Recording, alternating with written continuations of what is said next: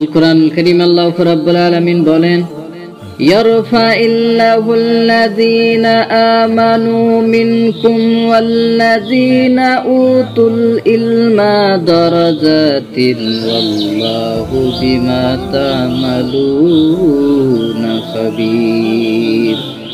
আল্লাহ রাব্বুল আলামিন বলেন, তোমরা ঈমান যারা নিয়ে এসেছো, যাদেরকে ইলম দেওয়া হয়েছে, অবশ্যই আমি আল্লাহ রাব্বুল আলামিন তাদের মর্যাদাকে বাড়িয়ে দেব।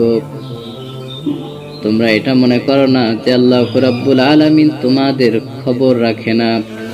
আল্লাহ রাব্বুল আলামিন তোমাদের সমস্ত কিছুর খবরই রাখেন। আল্লাহ রাদিয়াল্লাহু তাআলা আনহু আন্না রাসূলুল্লাহ সাল্লাল্লাহু আলাইহি ওয়াসাল্লাম قال সিবাবুল মুসলিম ফুসুকুন ওয়া কিতালুহু কুফরুন। সৈয়দনা হযরতে আব্দুল্লাহ রাদিয়াল্লাহু তাআলা আনহু থেকে বর্ণিত, তিনি বলেন, বিশ্বনবী সাল্লাল্লাহু আলাইহি ওয়াসাল্লাম বলেন, মুসলমানকে গালি দেওয়া ফাসিক এবং হত্যা করা কুফরি।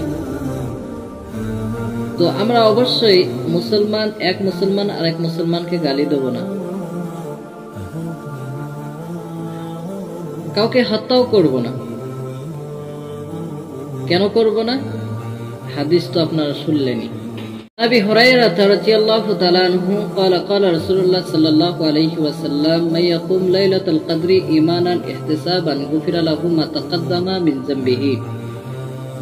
সাইয়েদনা হযরত আবু হুরায়রা রাদিয়াল্লাহু তাআলা আনহু থেকে বর্ণিত, তিনি বলেন, বিশ্বনবী সাল্লাল্লাহু আলাইহি সাল্লাম বলেন, কদরের রাত্রিতে ঈমানের সাথে সওয়াবের নিয়তে কেউ যদি এই রাত্রিতে ইবাদত করে, তো বিশ্বনবী বলেন তার পিছনের সমস্ত গুনাহ তাকে মাফ করে দেন।